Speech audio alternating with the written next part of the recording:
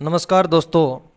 आज हमारी second grade English की जो लिटरेरी पोर्शन है उसकी पहली क्लास है। हम इसमें एमसीक्यू के ज़रिए लगभग सभी जो टॉपिक है वो कवर करने की कोशिश करेंगे और उसके साथ साथ जो प्रत्येक एमसीक्यू होगा, अपना जो प्रश्न होगा उसका डिटेल एनालिसिस भी अपने करेंगे। सबसे पहले बात करते हैं, पहला जो अपना प्रश्न है, what is the mean of metaphysical. Metaphysical का अर्थ क्या है? तो पहला है बियॉन्ड स्पिरिचुअल, दूसरा है इनसाइड द मैन, ये मैन है, आई ज़्यादा लग गया इसके अंदर, तीसरा है बियॉन्ड फिजिकल और 4 नंबर है बिलोंग टू द नेचर। इसका सही उत्तर है बियॉन्ड फिजिकल। बियॉन्ड फिजिकल जो है वो इसका सही उत्तर है। मेटा जो शब्द है इसका अर्थ होता है बियॉन्ड, और फिजिकल जो शब्द है मेटाफिजिकल और इसी से बना हुआ है। फिजिकल जो है इसको फिजिकल भी बोलते हैं और नेचर भी बोलते हैं, इसलिए जो बियॉन्ड फिजिकल है उसका बताता है मेटाफिजिकल वर्ड जो है उसका असली अर्थ जो है वो बियॉन्ड फिजिकल है। और इसके बारे में थोड़ा अपने देख लेते हैं साथ साथ में, और इसकी जो स्लाइड है वो मैं आपको उपलब्ध करवा दूंगा। मेटा का अर्थ होता है बियॉन्ड और फिजिक्स जो है उसका अर्थ है फिजिकल या नेचर। आगे चलते हैं। दूसरा जो अपना प्रश्न है बड़ा ही शानदार प्रश्न है, 17वीं सेंचुरी में जो लोग थे वो किस चीज़ से ज़्यादा परेशान हो चुके थे, एग्जॉस्टेड बोलते हैं, वो किस से परेशान हो गए थे? वो था, पहला ऑप्शन है इसका the exaggerated Elizabethan as themes, दूसरा एग्जरेटेड मॉडर्न थीम्स, तीसरा एग्जरेटेड जेकोबियन एज और 4 नंबर है नन ऑफ द एज। तो इसका जो ऑप्शन है वो ए करेक्ट होगा, द एग्जरेटेड एलिजाबेथन एज।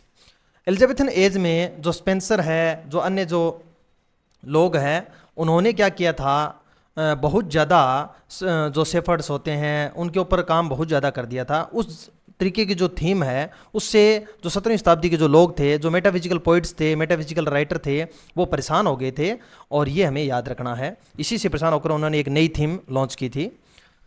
आगे देखते हैं। तीसरा जो अपना प्रश्न है वो है who was the leader of metaphysical poets. Metaphysical poet का जो लीडर था ना वो कौन था, ये अपने को बताना है। डन, जॉनसन, मिल्टन और टी.एस. इलियट। अपना जो उत्तर है वो होगा डन, जॉन डन इनका पाइनियर है, अग्रदूत है, लीडर है, सबसे महत्वपूर्ण अगर माना जाता है मेटाफिजिकल पोइट में तो वो है डन।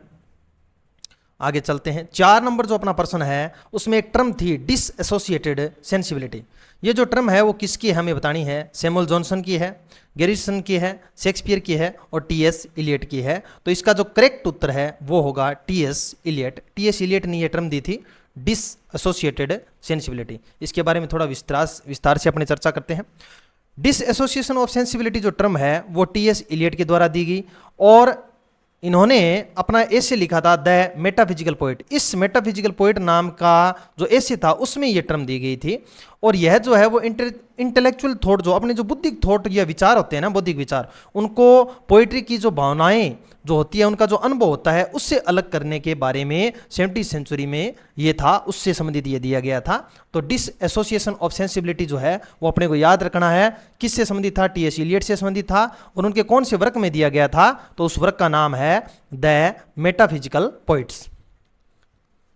5 नंबर जो अपना प्रश्न है उसमें पूछा गया है कि इनमें से ऐसा कौन सा फीचर है जो मेटाफिजिकल पोइट्री के बारे में नहीं बताता है। पहला है नोबल थॉट एंड डिक्शन, ये तो था। दूसरा है their ideas and thoughts were unique, उनके जो विचार थे वो बड़े यूनिक थे, ये भी था।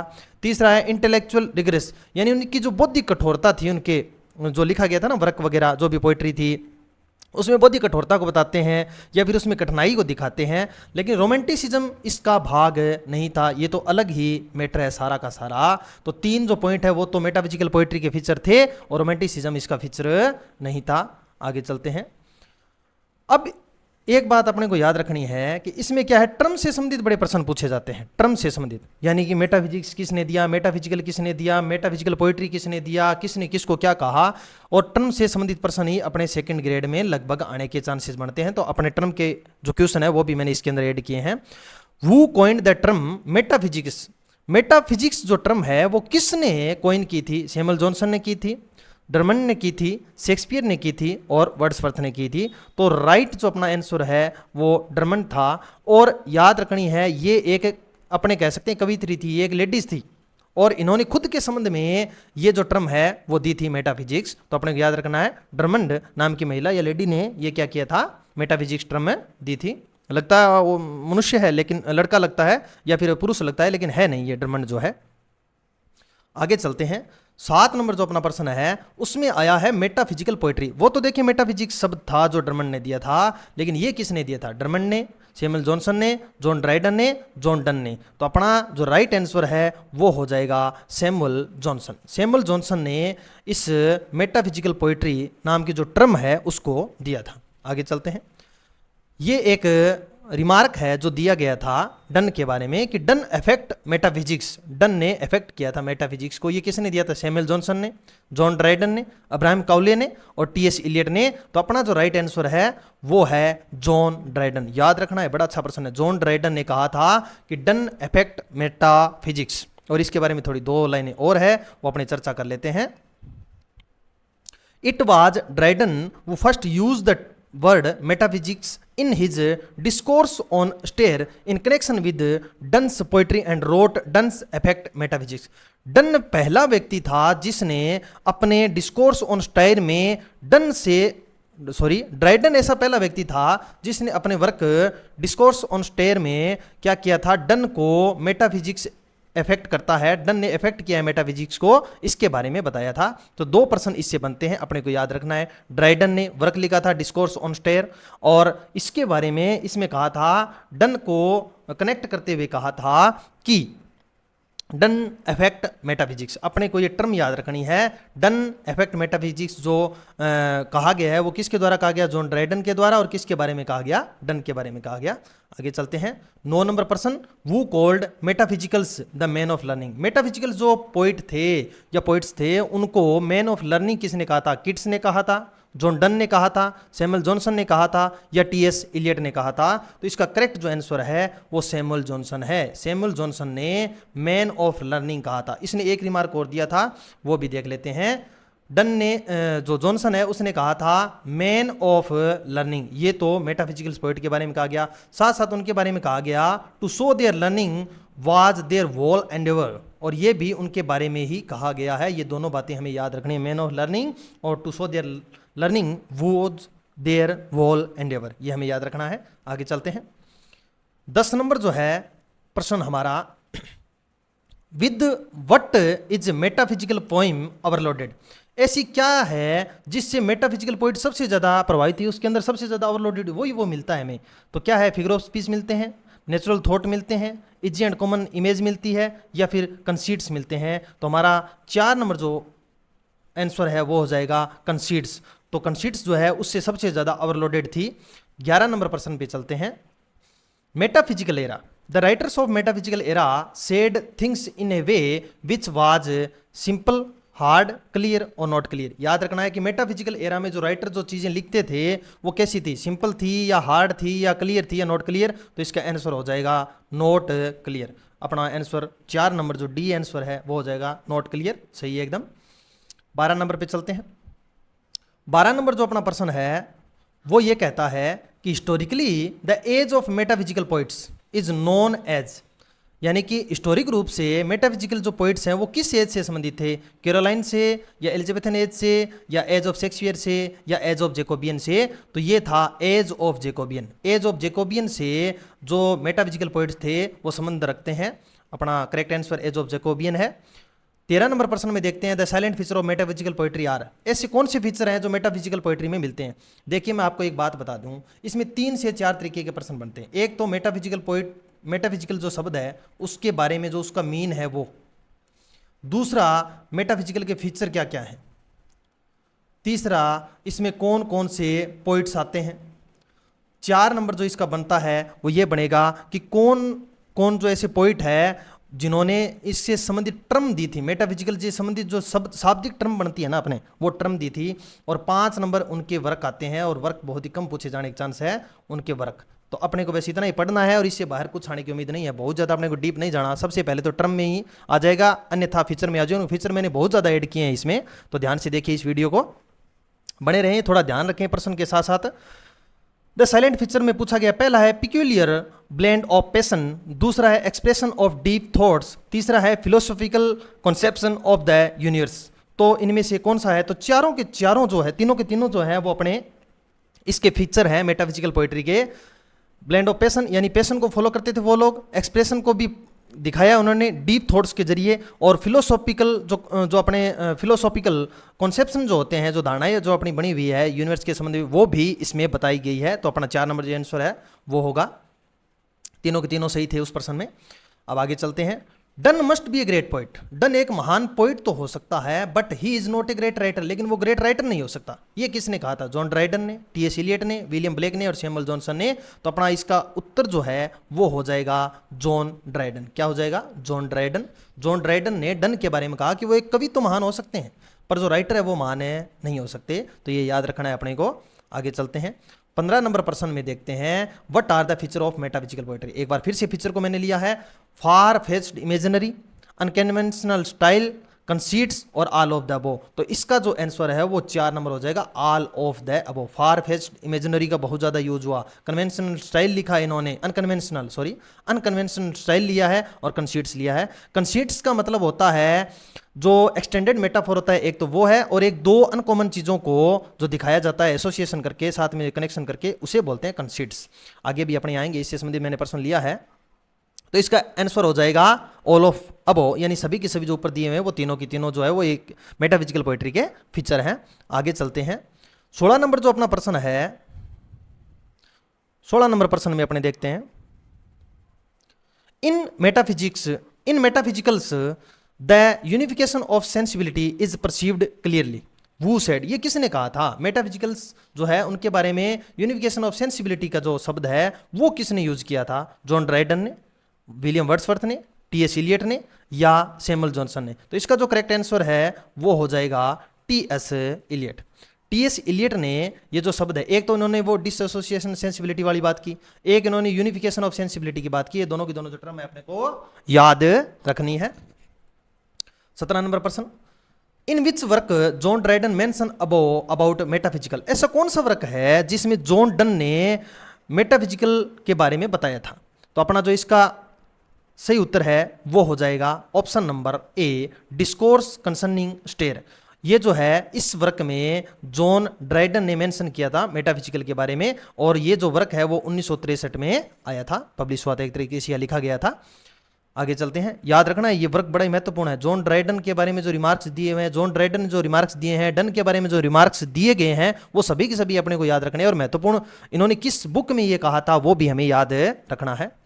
18 नंबर प्रश्न, metaphysical poetry has abrupt opening, similarity with dissimilar, different spellings और ऑल ऑफ दीज। ये हमने फिर से एक बार इसके फीचर लिए हैं, तो इसमें ऑल ऑफ दीज होगा। एक तो देखिए इनकी अब्रप्ट ओपनिंग होती है, अचानक से ओपनिंग हो जाती है, कहीं से भी शुरू हो जाते हैं।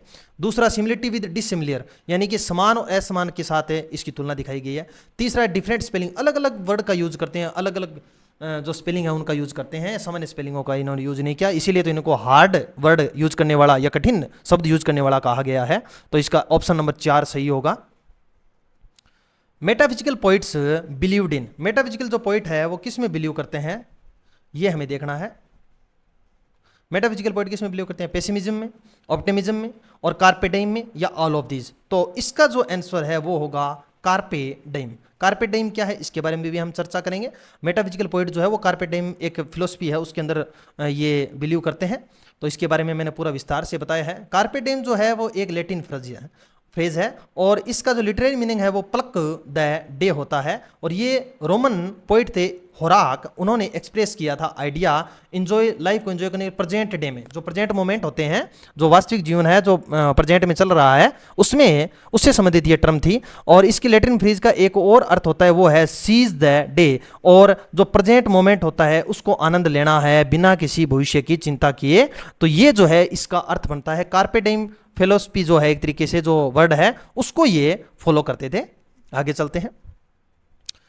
कार्पे डिएम फिलोसफी है वो बिलीव किस में करती है? फ्यूचर में बिलीव करती है, पास्ट में बिलीव करती है, या प्रेजेंट मोमेंट में बिलीव करती है? तो हमें याद रखना है प्रेजेंट मोमेंट में ये क्या करती है? बिलीव करती है। जो कार्पे डिएम फिलोसफी है उसका बेस्ट एग्जांपल पूछ लिया जाता है कई बार, तो ये जो है टू हिज कोई मिस्ट्रेस, टू हिज कोइमिस्ट्रेज जो है वो इसका बेस्ट एग्जाम्पल है, हमें याद रखना है। बड़ा ही शानदार प्रश्न है ये, परीक्षा में देखने को मिलेगा। और ऐसे शानदार आगे प्रश्न है सारे, अगर आप देखते रहेंगे तो मेरा ये मानना है इसके बाद आपको थ्योरी पढ़ने की भी जरूरत नहीं पड़ेगी। थ्योरी से भी ज़्यादा मैटर हमने इसके अंदर ऐड कर लिया है। प्रश्न के जरिए एक थोड़ा आसान हो जाता है शब्दों को याद रखना और जो टर्म वगैरह है वो याद रखना।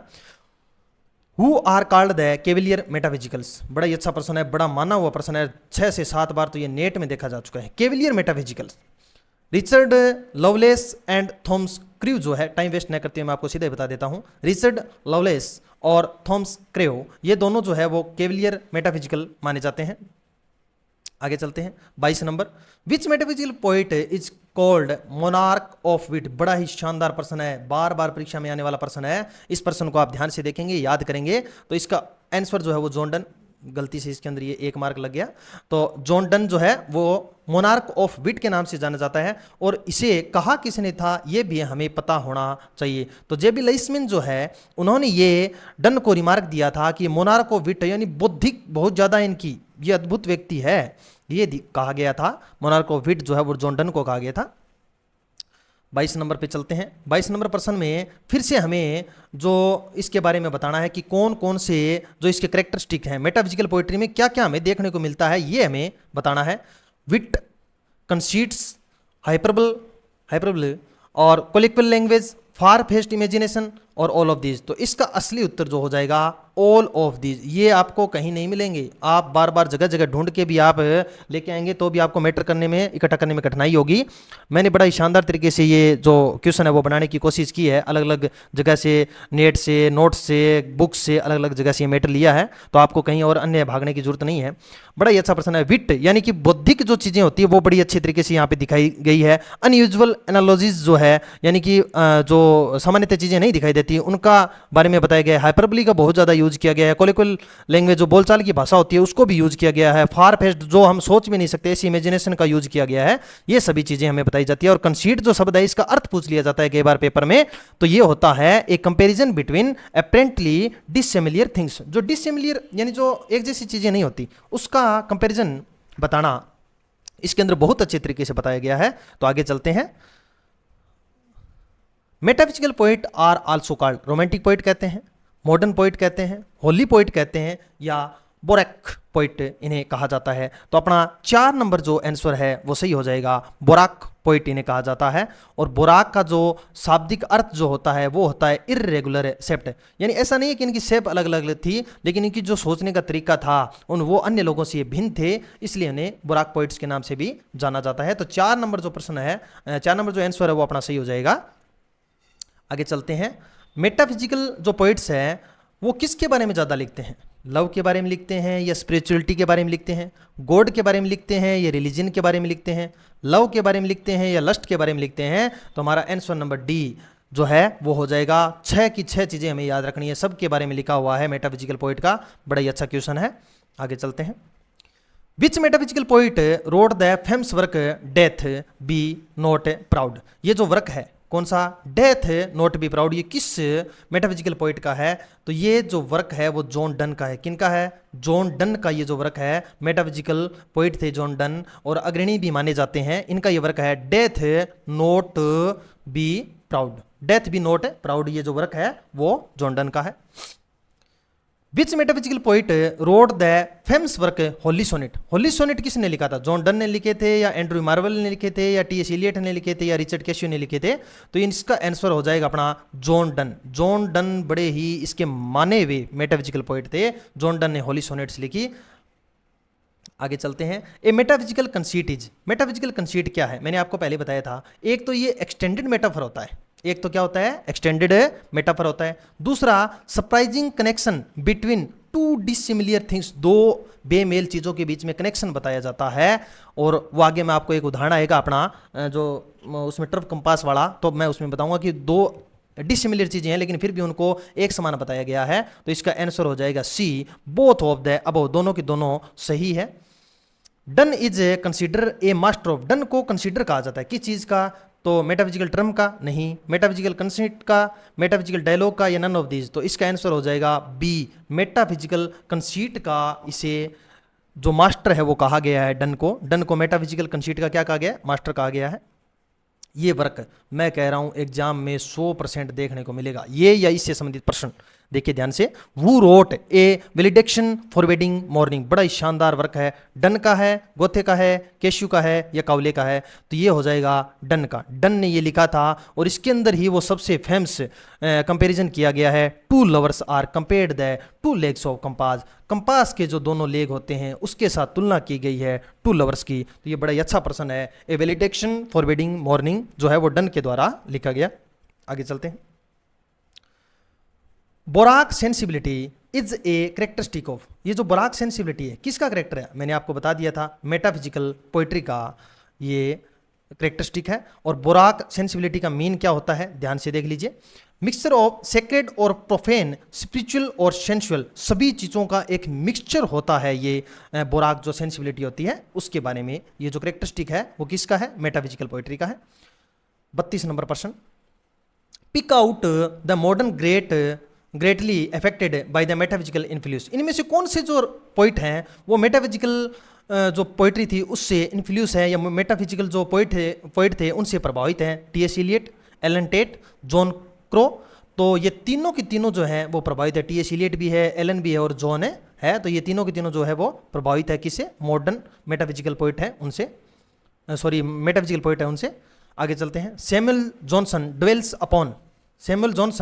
Dwells upon metaphysical poetry in his work, कौन सा ऐसा वर्क है जिसमें मेटाफिजिकल पोइट्री के बारे में उन्होंने मेटाफिजिकल पोइट्री को अपने वर्क में जगह दी है, तो वो है the life of Cowley. The life of Cowley में मेटाफिजिकल पोइट्री को इन्होंने जगह दी है। आगे चलते हैं।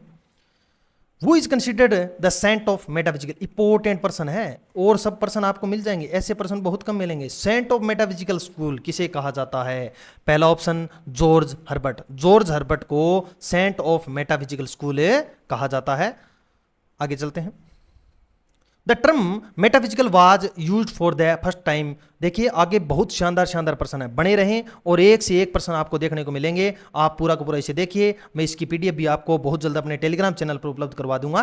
और हमारा ऐप जो है द टेस्ट हब, उसके ऊपर भी आपको इससे संबंधित क्विज या जो अपना टेस्ट है वो मिल जाएगा। तो हमारा ऐप डाउनलोड कीजिए द टेस्ट हब, जो प्ले स्टोर पर आपको मिल जाएगा।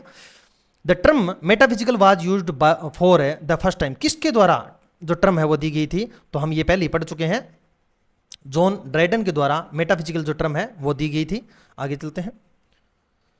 ये अच्छा प्रश्न है, जॉन डन के जो वर्क हैं वो हमें याद होने चाहिए क्योंकि ये सबसे महान कवि थे, मेटाफिजिकल पोएट में से महान, सबसे बड़े अग्रणी कह सकते हैं इनको। द गुड मोरो जो है वो इनका वर्क है, द कैननाइजेशन इनका वर्क है, द फ्ली इनका वर्क है, डेथ बी नॉट प्राउड ये तो शानदार वर्क है, इनका याद रखना ही रखना है हमें, डन का है। उसके साथ साथ एवेलिडिक्शन फॉरबिडिंग मॉर्निंग इनका है और एक्सटाइज भी इनका है। तो सारे के सारे जो वर्क हैं वो किसके हैं, जॉन डन के हैं, हमें याद रखने हैं।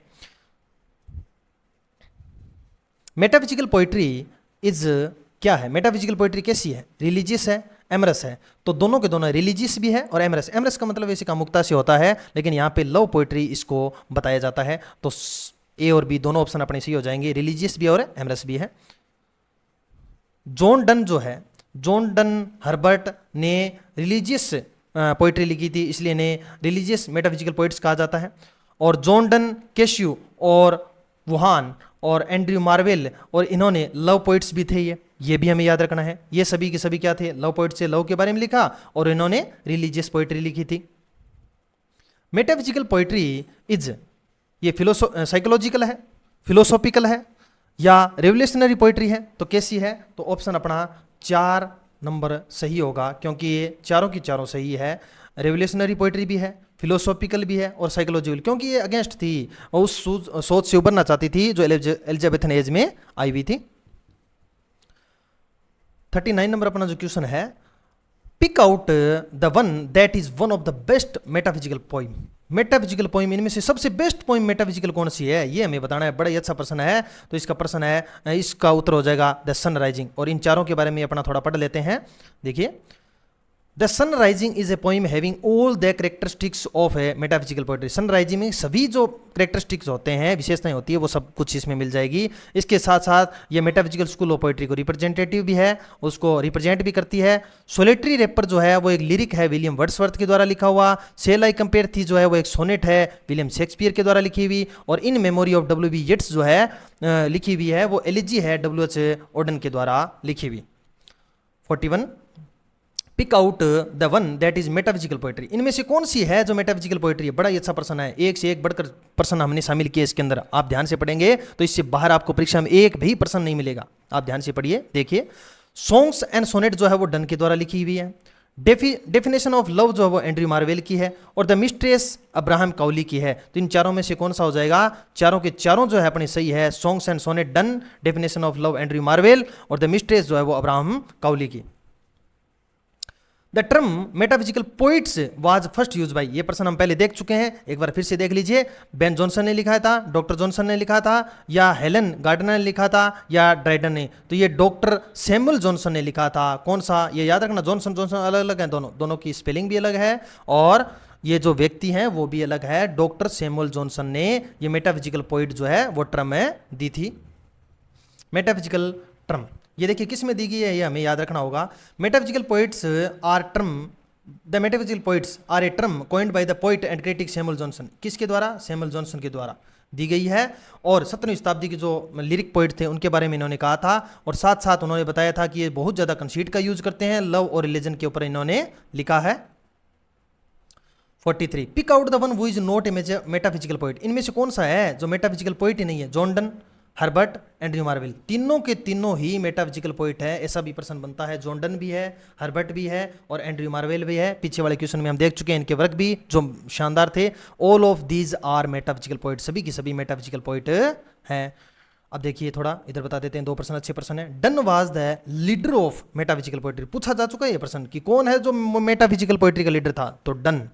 और Herbert was the saint of metaphysical poetry. दोनों के दोनों पर्सन इंपॉर्टेंट है, देख लेना, आपको एग्जाम में देखने को मिलेंगे। संस्कृत शिक्षा का जो आगे एग्जाम आ रहा है उसमें भी, और जो आप आगे सामान्य शिक्षा का एग्जाम होगा सेकंड ग्रेड इंग्लिश का, उसमें भी आपको देखने को मिलेगा। इसके साथ अन्य जो एग्जाम है उनमें भी, जिसमें मेटाफिजिकल पोइट्री जो अपना टॉपिक लगता है, उसमें भी आपको इसके पर्सन देखने को मिलेंगे। 44 pick out the one that explain metaphysical poetry. Intellectual analysis करते हैं ये। डिसीजन ऑफ इमोशन है, decision of emotion, psychological analysis of the emotion, ये सभी की सभी जो हैं वो इसमें देखने को मिलेंगे। ऑप्शन नंबर डी अपना सही है। इंटेलेक्चुअल और इमोशंस की बात करते हैं, साइकोलॉजिकल एनालिसिस भी करते हैं, लव और रिलीजन के संबंध में, सब की सब बातें जो है वो मेटाफिजिकल पोइट्री से संबंधित है। 45 नंबर प्रश्न pick out the one who is metaphysical poet. इनमें से कौन सा है जो मेटाफिजिकल पोइट है? Crashaw, Vaughan, Cowley, Thomas Traherne, सारे के सारे मेटाफिजिकल पोइट हैं। अच्छे तरीके से ध्यान में रखना इनको। कैश्यू भी है, वुहान भी है, कावले भी है और थॉमस त्रहान भी है। सभी के सभी अपने क्या है? मेटाफिजिकल पोइट है। 46 नंबर क्वेश्चन, ये भी अपना क्या है? मेटाफिजिकल पोइट से संबंधित है, लेकिन इसको थोड़ा अलग तरीके से बनाया हुआ है। थॉमस त्रहान जो है वो लास्ट मेटाफिजिकल पोइट ऐसा कहा जाता है, ऑफन कंसिडर्ड किया जाता है उन्हें। Henry, Wuhan, Abraham Cowley, Richard cashew, ये सभी के सभी क्या थे? मेजर मेटाफिजिकल पोइट हैं। तो all of these are true, सभी के सभी अपना जो है वो सही हो जाएगा। 47 in blank place work did Samuel Johnson use the term metaphysical poets. ये प्रश्न तो हम पढ़ चुके हैं कि मेटाफिजिकल पोइट जो है वो किसने टर्म दी थी? तो सैमुअल जॉनसन ने। लेकिन वो वर्क कौन सा था? उस वर्क का नाम था lives of the most eminent English poets. ये प्रश्न बड़ा ही शानदार है, इंपॉर्टेंट है, परीक्षा में देखने को मिलेगा। क्योंकि ये तो सबको पता है कि मेटाफिजिकल पोइट जो टर्म सैमुअल जॉनसन ने दी, किस वर्क में दी थी ये पूछा जा सकता है। तो lives of the most eminent English poets में ये टर्म दी थी। और ये इसी के साथ हमारी जो क्लास है वो पूरी होती है। और मैं आपको बताना चाहूँगा द टेस्ट हब के ऊपर, द टेस्ट के हब के ऊपर है आपको शानदार टेस्ट सीरीज मात्र और मात्र 51 रुपये में जो थी, अभी आज के दिन के लिए 21 रुपये में आपको सेकंड ग्रेड के MCQ का सारा पूरा का पूरा सिलेबस जो है वो मिलेगा। टीचिंग मेथड को छोड़कर सभी के सभी लिटरेचर और ग्रामर पोर्शन सारा का सारा मात्र 21 रुपये में। प्रत्येक टॉपिक वाइज आपको टेस्ट सीरीज वहाँ पे मिलेगी, लिटरेचर, मूवमेंट और राइटर, उसके साथ साथ लिटरेरी फॉर्म और डिवाइसेस, सब कुछ। कौन सी ऐप के ऊपर है? द टेस्ट हब नाम से ऐप आएगा अपना, उस ऐप पे आया हुआ है, प्ले स्टोर पर रजिस्टर्ड है, उसके ऊपर आपको एक बार जरूर देखना है। मैंने नाम ये यहाँ पे लिख रखा है, पूरा ऐसे लगाओगे तो पहला ही पहला अपना ही आएगा, ब्लैक कलर का उसका लोगो होगा, द टेस्ट हब। तो उसको डाउनलोड करें, हमारे टेलीग्राम चैनल को भी ज्वाइन करें, वहाँ पे इसकी PDF आपको मिल जाएगी। थैंक यू, धन्यवाद।